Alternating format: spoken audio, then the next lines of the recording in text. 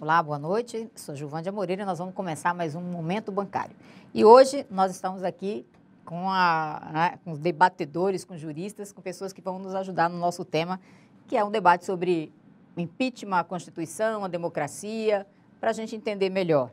E a gente tem aqui, como eu disse, juristas, professores e cidadãos, né, também, que vão nos ajudar a compreender esse tema, debater com a gente, que você aí entender esse nosso tema. Temos aí o professor Silvio Almeida, que é professor de Direito e é também presidente do Instituto Luiz Gama e já esteve aqui com a gente antes. Boa noite, professor Silvio. Obrigado pela presença. Temos aqui também o doutor Yuri Karageleskov, não sei se falei corretamente, é procurador da ALESP, da Assembleia Legislativa de São Paulo, é mestre e doutorando em Direito pela USP. Boa noite, obrigada pela presença, doutor Yuri. Boa noite, eu que agradeço o convite, é um prazer conversar com vocês. Obrigada. E temos aqui também o doutor Hugo Albuquerque, que é advogado, professor e mestre em Direito Constitucional e membro também do Conexões em Luta. Boa noite, professor Hugo, obrigado pela presença. Bom, eu queria começar nesse tema. A nossa Constituição, nessa conjuntura, nesse cenário do impeachment, né, em todo esse cenário que a gente está vivendo aí nesse último período, a nossa Constituição está sendo respeitada? A nossa Constituição está sendo desrespeitada? Está em risco? Na opinião de vocês, como é que vocês estão vendo isso? Nossa democracia está mesmo em risco? Vou começar aqui com o professor Hugo, professor Silvio, Yuri pode também... Eu não tenho a menor dúvida que sim, porque muito embora se diga que não é um golpe pelo impeachment ser um instituto previsto pela Constituição, o modo como ele está sendo utilizado, a maneira como o processo está sendo conduzido, não resta a menor dúvida que é inconstitucional, ele agride a Constituição diretamente. E é um argumento muito raso falar que não há um atentado à Constituição, é como dizer, bom, o policial pôde matar porque a lei autoriza os policiais a andarem armados. Bom, autoriza andar armado, mas não autoriza que mate alguém a esmo. A Constituição prevê o impeachment, mas isso não quer dizer que você possa fazer o impeachment de qualquer maneira. E muito se fala que o impeachment seria, na verdade, um instituto jurídico-político, um processo jurídico-político. Veja, ele é jurídico. Na verdade, é uma função, é o exercício da função judicial de maneira atípica pelo Congresso, sobretudo pelo Senado, que é juiz natural do presidente da República, do chefe de Estado e de governo. Então, não é um processo político no sentido de ser um processo arbitrário. O Brasil não é um parlamentarismo, feliz ou infelizmente. Não é uma moção de desconfiança. Então, você tem de comprovar um crime. E, na atual situação, eu entendo que não há nenhuma comprovação, não há sequer tipicidade para falar em pedalada fiscal. E mesmo que houvesse, o vice-presidente da República fez o mesmo. Por que a rigor, não é levado a cabo o processo de impeachment dele? Então, é uma situação que foge à lógica elementar. Vários governadores também têm inúmeros, praticado. A maioria deles.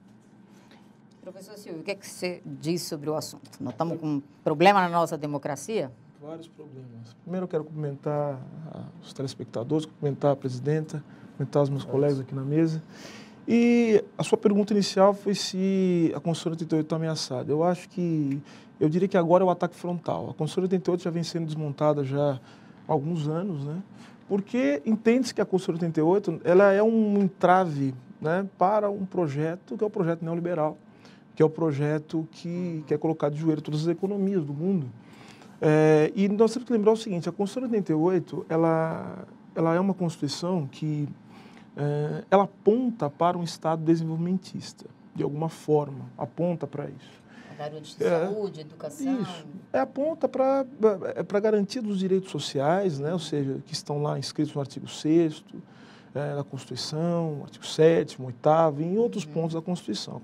Então, olhando para a Constituição, apesar da Constituição ela estabelecer princípios que se coadunam com uma economia de mercado, é uma economia, são bases jurídicas para um projeto desenvolvimentista. O que acontece é que o projeto neoliberal, que vem sendo implantado no Brasil desde o final dos anos 80, ele tem a Constituição como um grande entrave. É uma Constituição que claramente prevê que o financiamento dos direitos sociais será feito por meio da tributação e da tributação do trabalho assalariado, né? É uma Constituição que mantém em pé a CLT.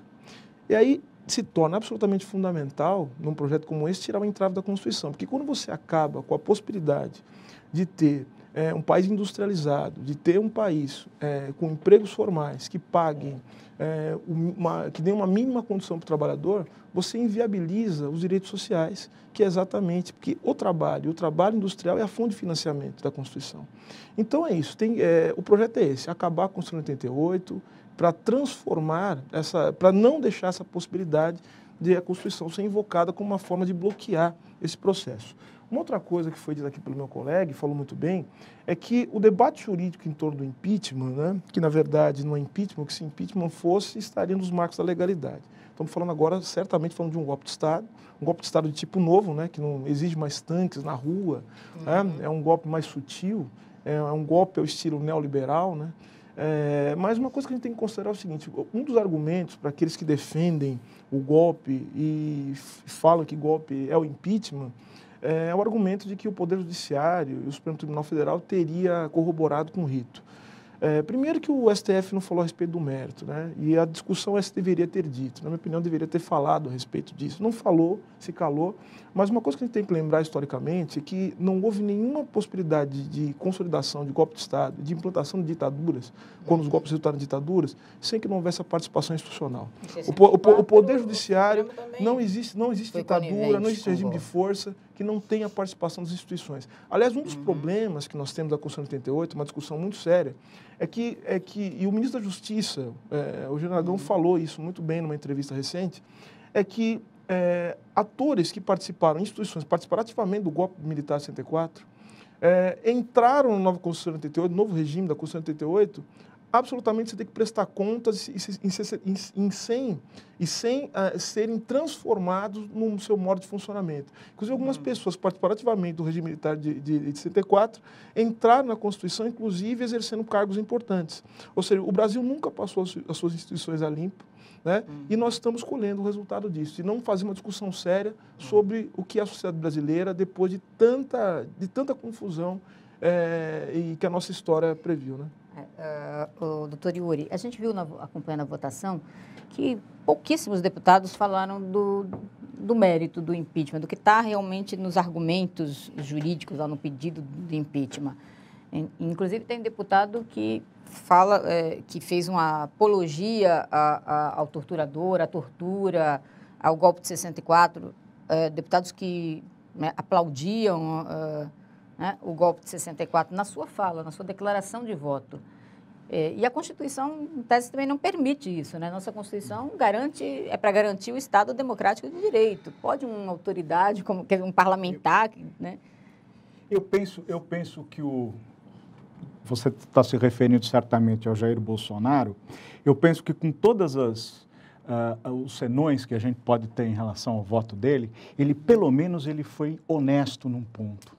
E foi correto. Ele, sem querer, ele desnudou o que até então parecia uma simples sutileza. Ele disse, perderam em 64, perderam em 16. É exatamente isso que se coloca. Nós estamos diante de um golpe de Estado de novo tipo. Não há tanques, não há coturnos pelas ruas, mas nós estamos diante de uma nova situação que é igualmente agressiva, só que ela aparenta ser, digamos assim, light, soft, não é? E o que nós temos aqui? Nós temos um regime constitucional em frangalhos, um sistema constitucional inaugurado em 88, como disseram os meus colegas de mesa, que prevê a construção de um Estado social, né, que aponta para o futuro e que está em frangalhos, está por um fio, eu diria. E nós temos, e quem está tensionando esse sistema constitucional? Né? Quem são os golpistas de hoje? Não é? É uma aliança muito forte entre a plutocracia, basicamente a plutocracia de São Paulo, os cleptocratas da política, os grandes meios de comunicação, que estão a serviço de todos esses grupos, não é? E uma classe média que é absolutamente domesticada pelos meios de comunicação. Basicamente, são os mesmos agentes, e que será, obviamente, será prejudicado. Basicamente, são os mesmos agentes que levaram ao suicídio do Getúlio Vargas em 54, não é? E, posteriormente, o golpe militar de 1964. Não é? Basicamente, são esses os agentes que estão tensionando a ordem constitucional, de modo a vir até a romper com esta ordem constitucional. Eu não imagino que nós estejamos diante de uma situação tranquila. Nós estávamos lembrando, até quando conversávamos, que em 64, depois do golpe de 64, o JK entendia, bom, vamos deixar as coisas como estão, o Jango também entendia assim, vamos deixar as coisas como estão, tudo muito tranquilo, porque em 66 haverá eleições. Golpe, se nós estamos dentro do golpe, se nós partimos do pressuposto de que há um esgarçamento da ordem constitucional, e isso ficou absolutamente evidente para o mundo na sessão a qual você fez referência, quando me perguntou, ficou evidente que não se trata aqui de uma discussão a respeito da juridicidade do processo de impeachment, está longe de ser uma discussão nesse sentido. Se há um esgarçamento da ordem, qual é o limite do esgarçamento dessa ordem constitucional? Não é? Então, é isso que nós temos que avaliar. Nós estamos imaginando que, veja, a Dilma pode ser afastada, o vice-presidente vai assumir, pois bem, vai terminar um mandato, vai acontecer isso. Se nós estamos dentro de um golpe, o golpe encontra limites no quê? Se não nele mesmo.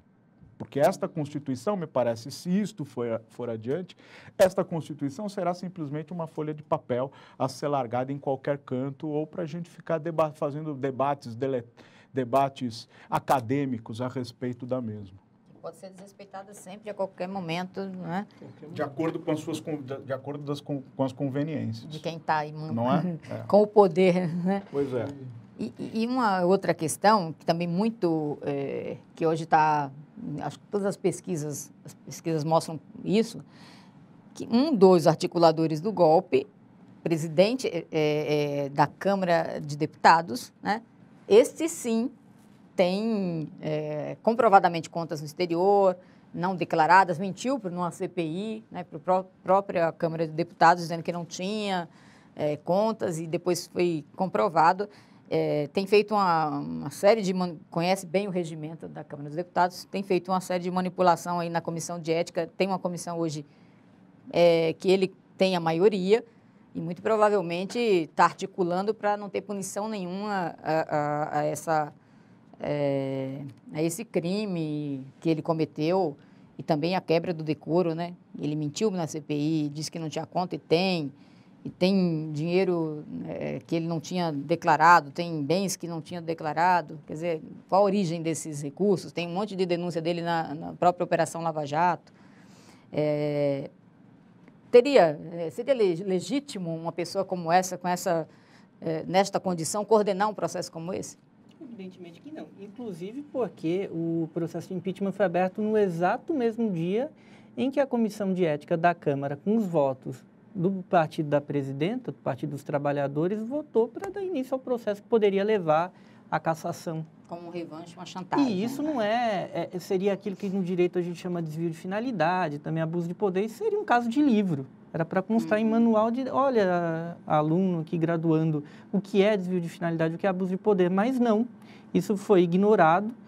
Sem entrar no mérito, eu entrei no mérito da questão do impeachment, mas sem entrar no mérito, questão formal mesmo. Como é que uma pessoa, no exato mesmo dia em que ela é acusada, ela abre? Porque não é que a denúncia protocolada pelo doutor Hélio Bicudo, pela doutora Janaína Pascoal e o doutor Miguel Reale, tenha chegado nas mãos do presidente da Câmara naquele dia, não. Levou um tempo. E ele manteve aquilo, inclusive deu entrevista para o Roda Viva falando que o impeachment não é um mecanismo banal, que ele não via motivos para isso, e de repente tudo muda no mesmo dia. Então, isso já é uma questão que esse processo não poderia ter andado, mesmo que fosse outro presidente a avaliar formalmente para aceitar o pedido de impeachment. Ele não poderia naquela condição. As acusações são muito graves, elas vieram à baila não tanto pela Operação Lava Jato, mas pela atuação do Ministério Público da Suíça. Sim, nem aqui. Não foi aqui, Brasil, isso né? fique claro. E misteriosamente o processo é muito demorado. A gente até comentava, o Brasil é um país que ele aumentou brutalmente a sua população carcerária, nós temos uma grande quantidade de presos provisórios, uma coisa lamentável, e ao mesmo tempo uma pessoa que está agindo, tudo indica, você tem indícios muito fortes que ele tenha cometido esses crimes, são muitos crimes, há provas consistentes, e ele tem, segundo várias denúncias, atrapalhado o processo. Então, como é que é possível?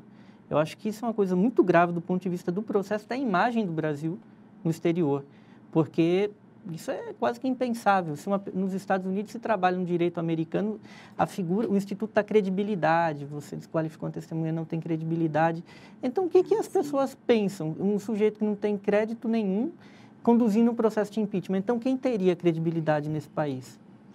É verdade. Inclusive, você falou uma questão que é como a imagem do Brasil no mundo. Você vê a manchete dos jornais no mundo inteiro, nós, inclusive, colocamos na nossa folha bancária, as manchetes dos jornais no mundo inteiro falando, depois da votação, porque o mundo assistiu à votação, mas se alguém tinha dúvida do que estava sendo articulado aqui com os argumentos dos deputados, o mundo inteiro ficou escandalizado com o que está acontecendo aqui e, obviamente, dizendo que é um golpe.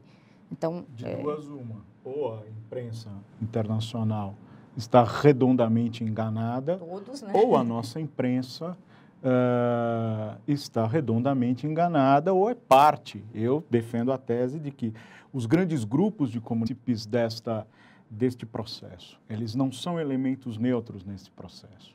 E aí eu gostaria de voltar, se você me permitir, ao Eduardo Cunha. Mas não propriamente ao Eduardo Cunha, mas a matriz que gera os Eduardos Cunhas, porque não é apenas um Eduardo Cunha, são vários Eduardos Cunhas no Congresso. Tanto que boa parte dos que votaram naquela sessão fatídica, aquele verdadeiro circo de horrores, devem prestar contas à justiça também, não é? Então, nós temos um problema no nosso sistema político. O problema que eu enxergo que são dois problemas fundamentais que a gente tem que enfrentar se a gente quiser aprimorar o nosso sistema político, que é, basicamente, como é que se formam as maiorias nesse país, né? Então, as maiorias se formam por intermédio dos meios de comunicação, porque os meios de comunicação eles não reverberam só símbolos, eles produzem um significado, e esse significado leva a uma interferência na formação da opinião pública, não é? Então, nós temos aí digamos assim, um soft power na formação da opinião pública, que é muito sutil, mas que, pelas características do nosso sistema, de uma imprensa altamente concentrada, Esse é o não problema, é? né? Então, este é um problema. E o outro problema que se coloca é a questão da colonização do Estado por interesses privados através do financiamento privado de campanha por empresas, não é? Então, dizem, não, mas a Câmara representa o país, é um retrato, digamos, da nossa sociedade. Não é verdade, de forma alguma, em função desses dois elementos que levam à formação dessas maiorias. E se a gente não enfrentar estas duas questões, nós vamos patinar, nós nunca teremos uma democracia autêntica no país. É verdade, eu vou só pedir, a gente vai fazer um pequeno intervalo e a gente volta já para falar sobre isso, porque eu acho que é um pouco do caminho. O que a gente tem que fazer para aprofundar a nossa democracia e não desrespeitá-la, né? E acho que o doutor Yuri começou a falar um pouco disso e a gente volta no segundo bloco já desenvolvendo esse tema.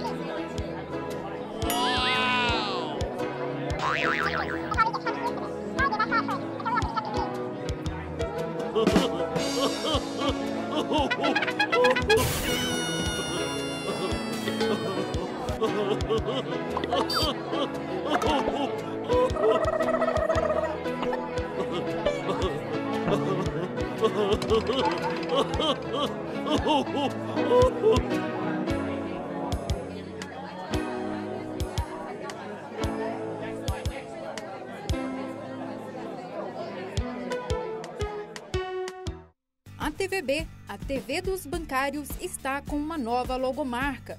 Sua identidade visual foi cuidadosamente pensada dentro de conceitos de uma comunicação ágil, objetiva, responsável e cidadã. Mais moderna também está a nova vinheta, produzida nos padrões do universo online, anunciando conteúdos que possam ser compartilhados tanto via web quanto por aplicativos de smartphones. Mantendo as iniciais desde o início, a nova cara padroniza cores e tipografia e se estende também em todos os outros materiais utilizados pela TVB para levar informação a você bancário. Continue assistindo a Web TV dos Bancários. Inscreva-se no nosso canal no YouTube e acompanhe as notícias também no Facebook e no site do sindicato. O lançamento da nossa nova logomarca faz parte da comemoração dos 93 anos de história do sindicato, celebrados neste mês de abril.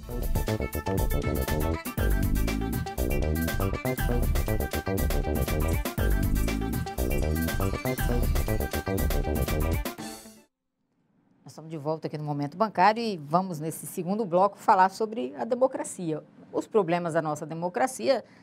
O doutor Yuri estava falando aqui, antes da gente ir para o intervalo, sobre a importância da mídia, sobre essa questão da concentração da comunicação e como eles formam opinião, do financiamento de campanha, que eu acho que a gente, inclusive, também já começa a falar sobre apontar caminhos. Como é que a gente aprofunda a democracia? Quais os problemas que a gente tem e como é que a gente aprofunda?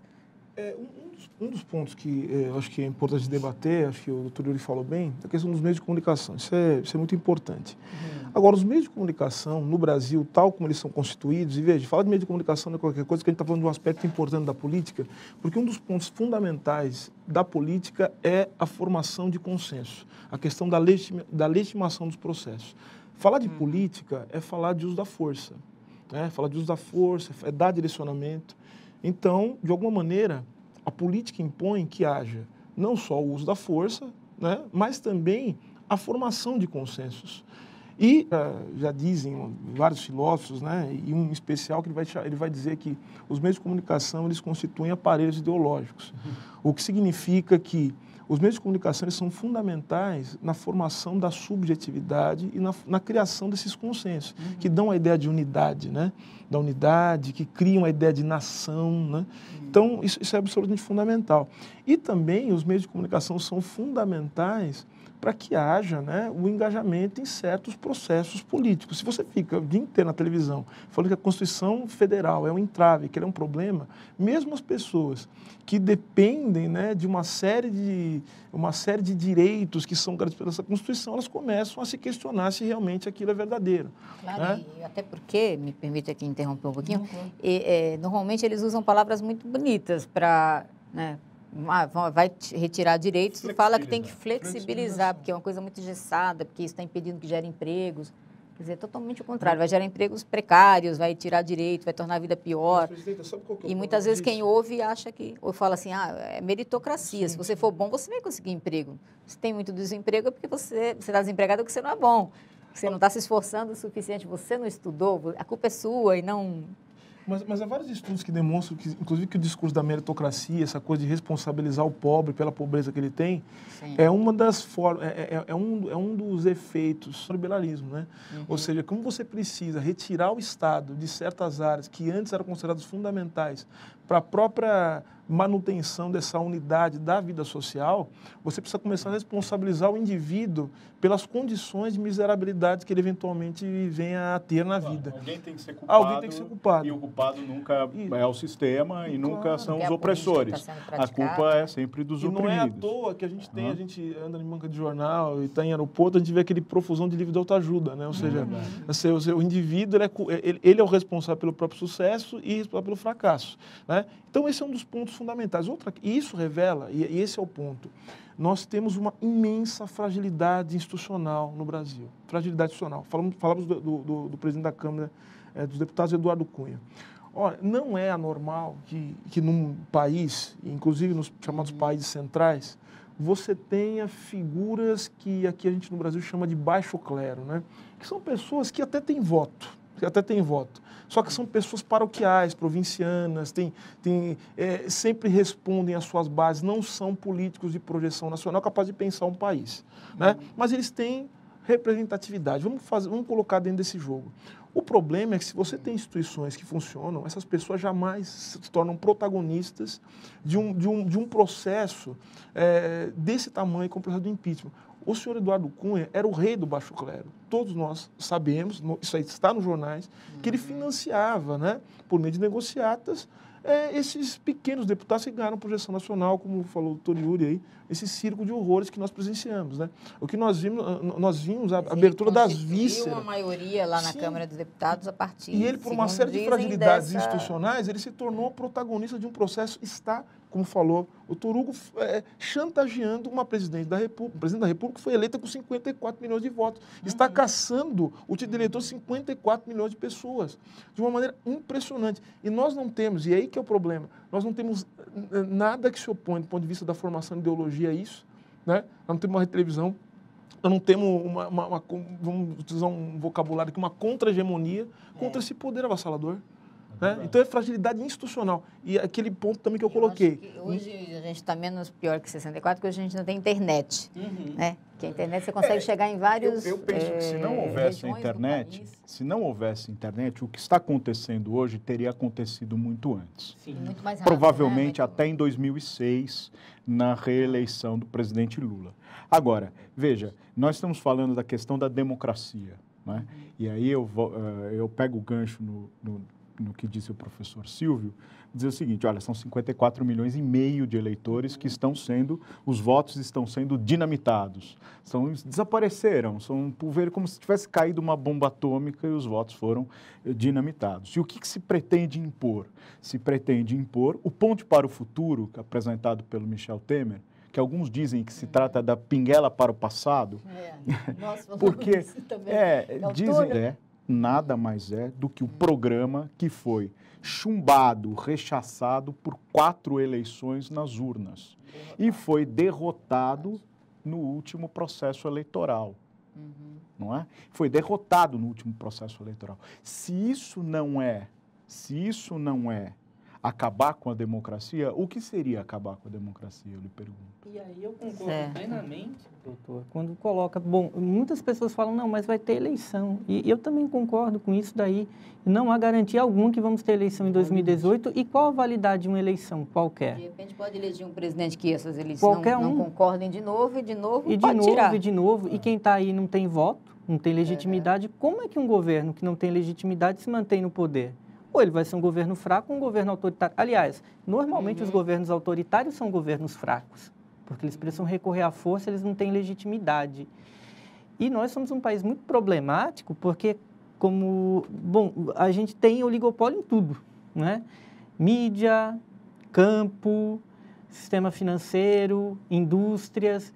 E isso acabou se fortalecendo colateralmente nos últimos anos, quando, paradoxalmente, o Brasil passou a ter uma política nacional e uma política desenvolvimentista que fez o país ter um grande avanço, mas ele fez o velho Brasil de sempre ter um avanço. E, colateralmente, esses grupos saíram fortalecidos e são esses grupos. Por exemplo, a indústria, muito bem capitalizada, que foi beneficiada com desonerações, com empréstimos do BNDES, com barateamento do preço da energia. É essa indústria que está usando desses recursos contra o governo. E faltou, nesse momento, uma leitura de que, bom, já que estamos reformando o Brasil, qual Brasil? Para onde é que vão os pobres que estão melhorando de vida? E a partir daí você pega a questão da Câmara. A Câmara não é a sociedade brasileira. Onde estão as mulheres, os negros, os homossexuais? Os trabalhadores, Os trabalhadores. Aquilo empresários. você pega qualquer estatística. Bom, quantos por cento nós temos de negros na sociedade? Quantos deputados negros nós temos? Nós temos uma espécie de mecanismo de distorção, um espelho ao contrário, que transforma minorias, que são minorias numéricas, mas são maiorias do ponto de vista ontológico, e elas se tornam maioria numérica também no parlamento. E tudo isso bancado, e eu acho que durante muito tempo os setores progressistas, os setores democráticos, eles ignoraram o peso. Ou você dá um supervalor para a Constituição. Claro que a Constituição precisa ser respeitada, mas ela precisa ter vida. É preciso ter relações materiais que sustentem a Constituição. Se você não tem isso, como o professor Silvio colocou aqui, com precisão, você tem um processo chamado formação de subjetividade. Filósofos como Antônio Negri colocam isso, quer dizer, como a gente imagina uma relação amorosa, como a gente vê a comédia romântica hollywoodiana. E quem que produz essa subjetividade? É a telenovela. A telenovela no Brasil. É o jornalismo que é mais teatral até, e até talvez melhor na interpretação, do que a telenovela, porque os âncoras são, sobretudo, ótimos atores. Basta ver a Operação Lava Jato, parece uma novela, né? Tem uma narrativa de novela e parece que surge um vilão, e surge um herói, e surge aquele anti-herói, só ver a capa de uma dessas revistas semanais, né? Exaltando, inclusive, essa maldade do presidente da Câmara. Na democracia, a gente já falou do papel da imprensa, da importância, né, na democratizar os meios de comunicação, da gente descentralizar, da reforma política, financiamento de campanha. E o judiciário? Precisa de uma reforma? O judiciário também teve um papel nessa conjuntura toda, na Operação Lava Jato, lá o Supremo. Como é que vocês veem? O que a gente precisa fazer para fortalecer a nossa democracia no que diz respeito ao nosso judiciário? O judiciário é um poder que é o único poder que não recolhe a sua legitimidade do voto popular. Na democracia, eleito, né? Esse é um problema em si. Não é um problema de difícil solução, é verdade. Né? Mas na democracia, o poder emana do povo. O povo é o titular do poder. Né? E o poder judiciário ele não é eleito no país. Não que eu defenda que ele tenha que ser eleito, mas a gente tem que trabalhar e olhar para o Poder Judiciário como algo um pouco diferente, não é? Quem acessa, quem são os membros do Poder Judiciário? O poder dele é limitado? Tem que ter algum tipo de controle ou acompanhamento? Hoje, os membros do Poder Judiciário, na sua imensa maioria, são recrutados numa determinada camada da sociedade, que vem com a sua ideologia. E impõe a sua classe média, alta, branco, homem, etc., né? Que vem com a sua ideologia e traz para as estruturas do Estado essa ideologia. Não é? Então, o Poder Judiciário... Decisões, não há decisões. A verdade é que não há. Eu não vejo que existam decisões... isentas e técnicas na sua concepção mais... Umas pessoas costumam imaginar como se fosse uma prática mecanicista. Então, eu insiro determinados dados e o resultado será o mesmo. Pouco importa quem opere essa máquina. E no Poder Judiciário isso não acontece dessa forma. Então, nós precisamos reformar os cursos de direito, nós precisamos... É uma longa discussão a respeito do Poder Judiciário, acho que podia fazer aqui uns 10 programas, provavelmente, com várias pessoas falando sobre o Judiciário, não é? Mas o fato objetivo é que o Poder Judiciário, nos últimos anos, sobretudo nos últimos anos dos governos liderados pelo PT, ele acabou assumindo um protagonismo que ele nunca teve antes, né? E eu enxergo como? Por quê? Porque, num primeiro momento, a coligação de forças que se formou em torno dos governos do PT e que se expressava no Poder Legislativo não refletia necessariamente, digamos assim, os desígnios desta elite. E a elite acabou... buscando recolher, buscando influenciar o Estado através do Poder Judiciário. O Poder Judiciário foi ocupando espaços que antes não precisavam ocupar, porque eram já espaços, os outros espaços já eram espaços dominados por esse setor que acabou perdendo as últimas 4 eleições e que agora entra pela porta dos fundos do Palácio do Planalto com esse processo. Professor Hugo, eu queria que falasse um pouquinho também dessa questão do judiciário. A gente viu, por exemplo, juízes que deram decisões importantes nesse momento. Por exemplo, se o ex-presidente Lula poderia ser ministro ou não, suspendendo a nomeação, e que no Facebook tinha uma militância lá do tipo, tira esse governo que você vai poder voltar para Nova York, viajar para Nova York, aí o dólar cai, né? Eu não sei se vocês acompanharam. É grave. Eu acho que o maior problema do judiciário começa pelo STF. Por quê? Pela própria estruturação, isso é um defeito que a Constituição de 1988 manteve. O STF ele é um tribunal constitucional e, ao mesmo tempo, é a cabeça do judiciário. Ele decide a interpretação das leis conforme a Constituição e qual o entendimento da Constituição, ele também julga pessoas, casos concretos.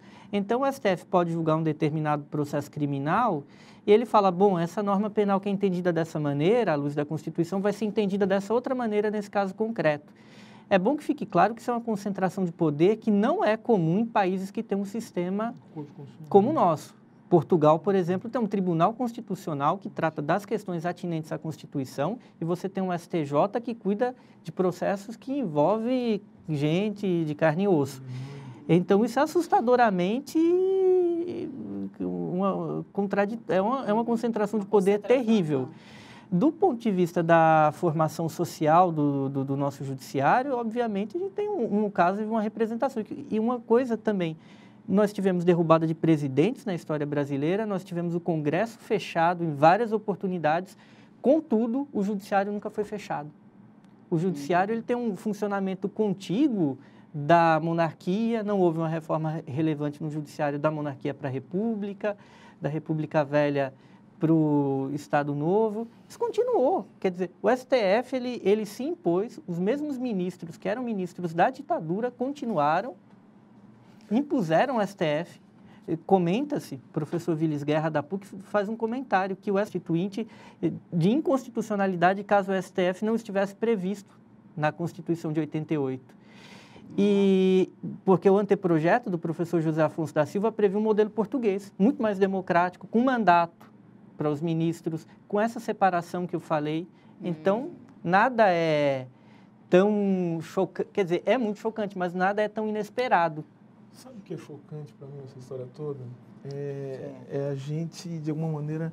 Eu acho que as falas aqui colocaram uma questão que eu acho que primordial, que a gente precisa começar a discutir, inclusive na militância política, que é essa questão da ideologia, da formação. Isso tem sido um entrave, inclusive, para que nós possamos fazer política da única maneira que é possível fazer do campo progressista, que é ter o povo do lado da gente. Não é impossível, se não forem essas barreiras ideológicas.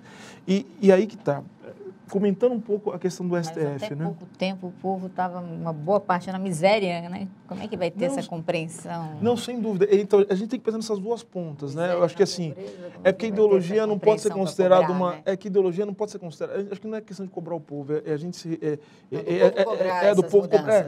Então, porque a gente precisa trabalhar na formação. Porque assim, o juiz, pegamos o exemplo do juiz, eu costumo dar o seguinte exemplo em sala de aula, né? Fala assim, o juiz, ele não é uma pessoa... Imaginar, quando ele olha um processo de racismo no trabalho, né? O sujeito foi discriminado no trabalho, ele olha o processo, ele fala assim, poxa, eu não estou vendo discriminação, qual é o problema de chamar o trabalhador de macaco? Qual é o problema? Ele não vê problema. Sabe o que acontece? Não é só porque ele é mau, é porque ele é um sujeito que estudou numa dessas universidades ou faculdade de elite. Ele nunca teve que trabalhar, ele pouco via negros, e quando via o negro, convivia com negros, eram pessoas que eram ou funcionários ali, que ele se dava bem como criança, por ter crescido numa casa progressista, em que o pai e a mãe falavam assim, olha, não discrimine ninguém.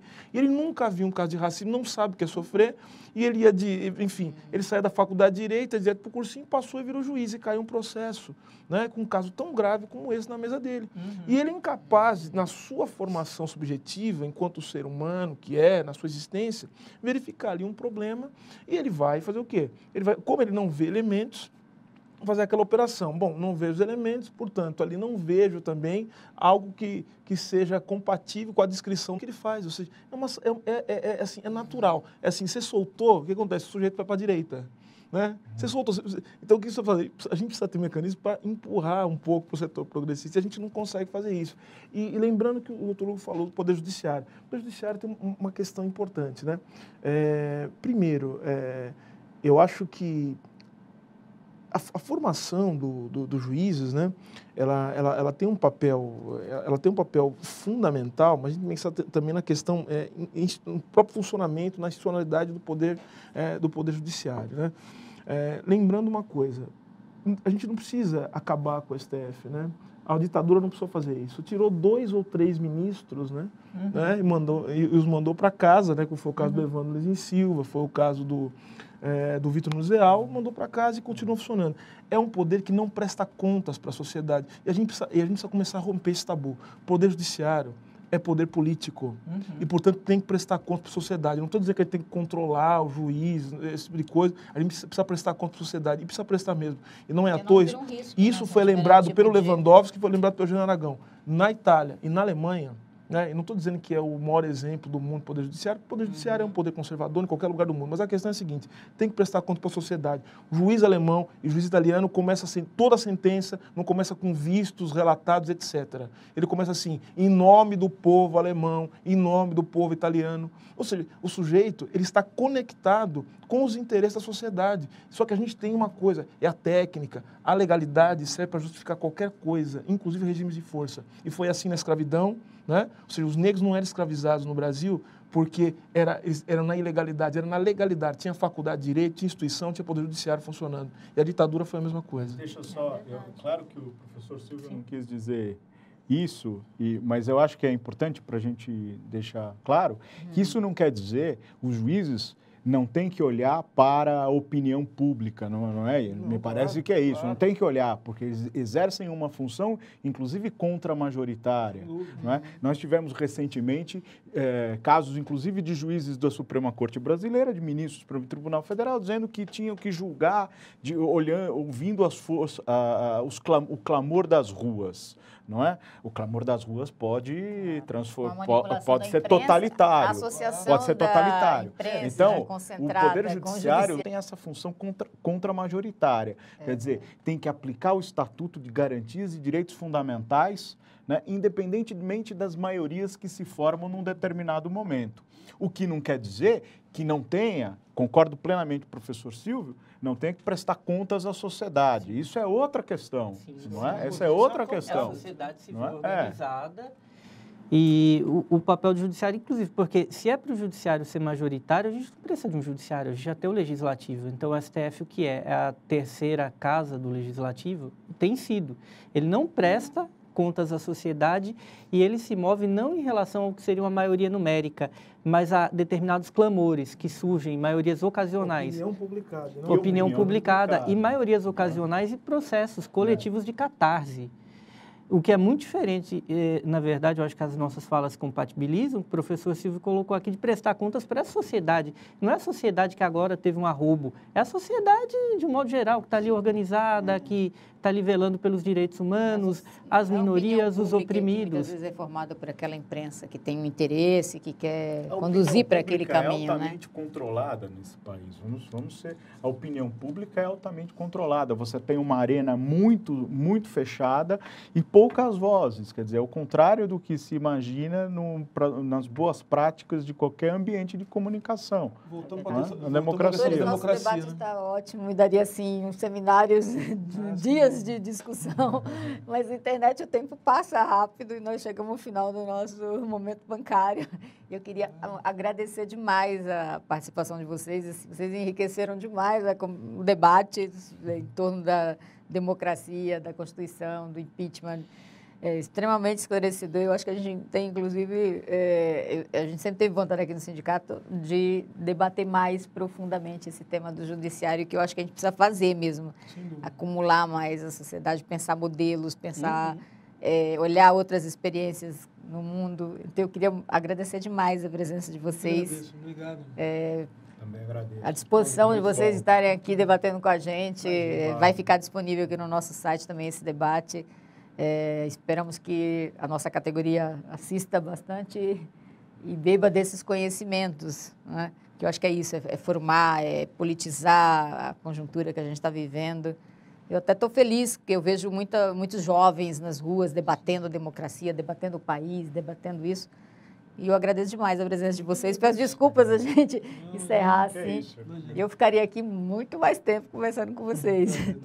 Muito obrigada, gente. Obrigado. Vamos fazer mais um intervalo e a gente volta aí com o nosso mês de aniversário, atividade do mês de aniversário do sindicato.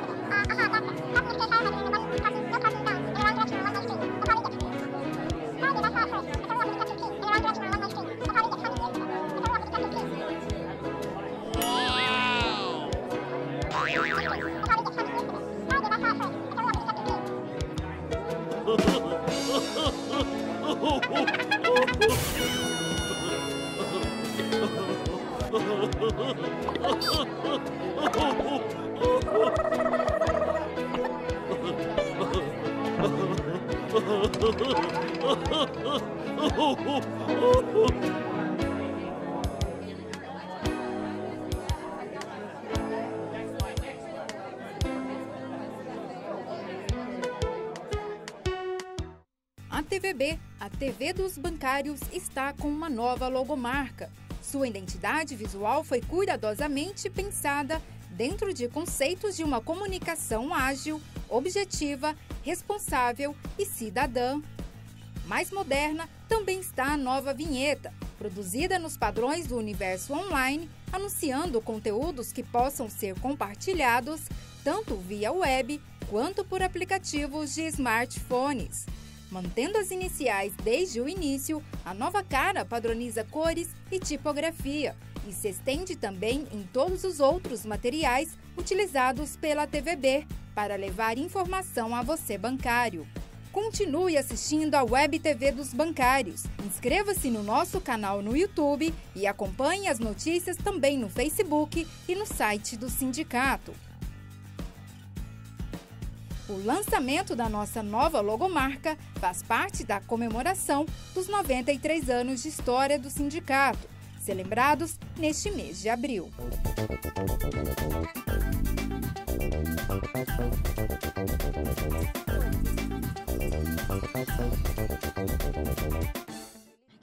Estamos de volta aqui no terceiro bloco do Momento Bancário para fazer o sorteio da noite de hoje do mês de aniversário do sindicato. Como a gente tem mostrado aqui, é um tablet Samsung Galaxy que a gente está sorteando para os associados, mês do aniversário do sindicato, mas quem ganha o presente é você, que é sócio. E a gente também está dando de presente essa mochilinha aqui, essa bolsinha aqui do sindicato, para os nossos associados. Vamos ver quem é que vai ser o sortudo e a sortuda, né? Esperamos que seja bem mesclado aí, da nossa noite. Hoje nós vamos sortear mais 13 tablets de grupos diferentes, porque são 93 ao todo. O pessoal que está acima de 25 anos tem 6 ainda para tirar, e o pessoal de até 5 anos, nós estamos começando no dia de hoje o sorteio desse grupo de associados. Para nos ajudar aqui no sorteio, nós temos o Dionísio, que é bancário da Caixa Econômica Federal, é diretor aqui, secretário de Saúde do sindicato, e a Érica, que é bancária do Bradesco, coordenadora aqui do coletivo dos funcionários do Bradesco aqui no sindicato. Boa noite, Érica, boa noite, Dionísio. Boa noite.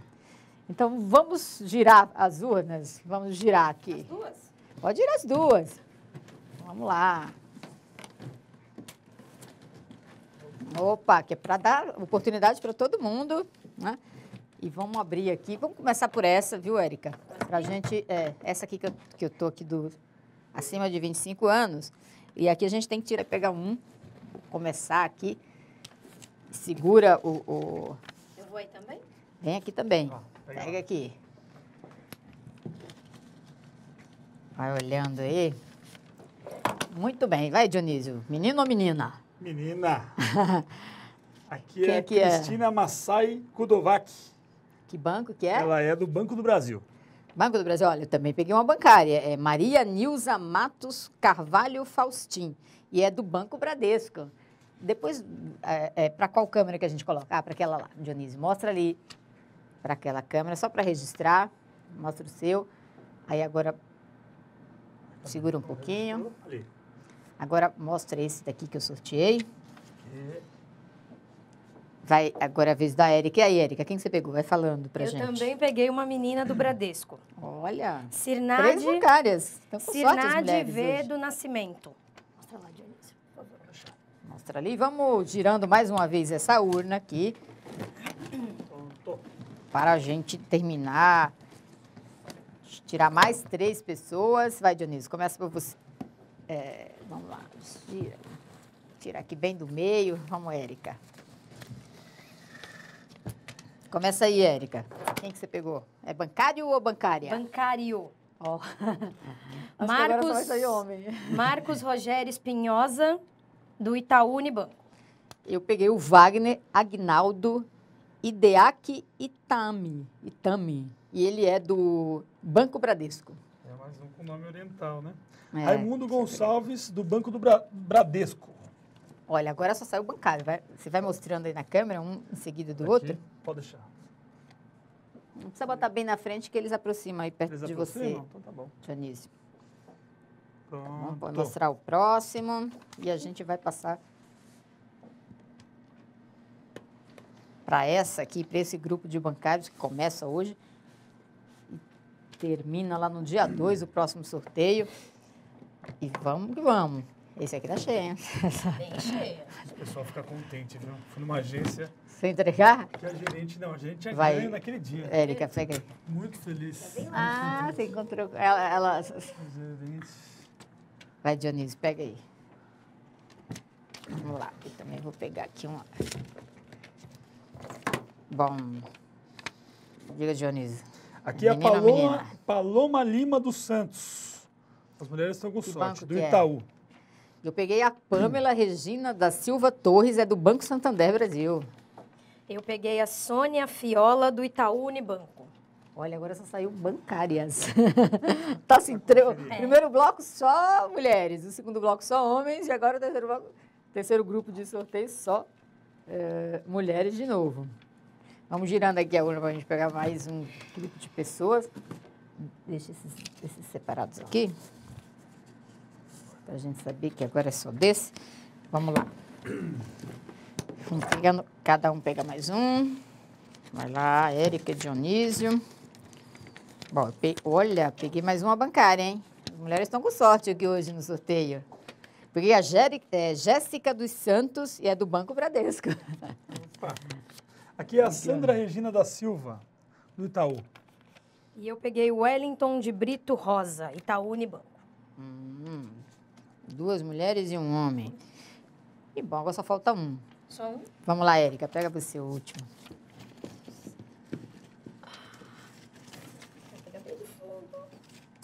Pode? Outra menina. Valéria Cupertino dos Santos Lima, do Santander. Muito bem. Gente, parabéns aos sorteados e às sorteadas. Parabéns a você que fortalece a luta da categoria bancária, dos trabalhadores, que se sindicaliza, que ajuda a fortalecer essa história de lutas e conquistas. E a gente vai entrar em contato para entregar o prêmio dos bancários e das bancárias. E até o próximo Momento Bancário, que vai acontecer na segunda-feira, dia 2. Vai acontecer o Momento Bancário e vai acontecer o último sorteio desse grupo de sorteios que a gente fez aí de 93 tablets, né? A quantidade de anos que o sindicato completou, a quantidade de bancários e bancárias que foram sindicalizados, que foram premiados.